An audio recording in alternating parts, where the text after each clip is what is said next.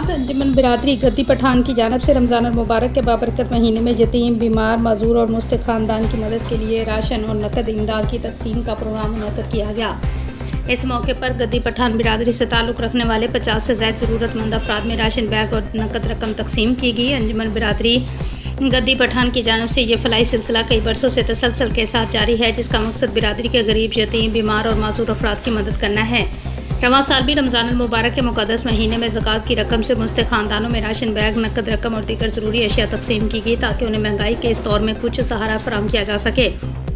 इस मौके पर अंजुमन बिरादरी गद्दी पठान के सदर मजीद गद्दी पठान ने मुस्तक अफराद में राशन बैग और नकद इमदाद तकसीम करते हुए कहा है कि बिरादरी के कमज़ोर और ज़रूरतमंद अफराद की मदद करना हम सब की इज्तिमाई ज़िम्मेदारी है। उन्होंने कहा है कि अंजुमन हमेशा हमारी कोशिश करती है कि बिरादरी के अफराद को साथ लेकर चला जाए और मुश्किल हालात में उनकी हर मुमकिन मदद की जाए। उन्होंने मज़ीद कहा कि रमज़ान मुबारक के आखिरी अय्याम तक इमदादी सरगर्मियाँ जारी रखी जाएंगी और ताकि ज़्यादा से ज़्यादा मुस्तक अफराद तक राशन और माली इमदाद पहुँचाई जा सके।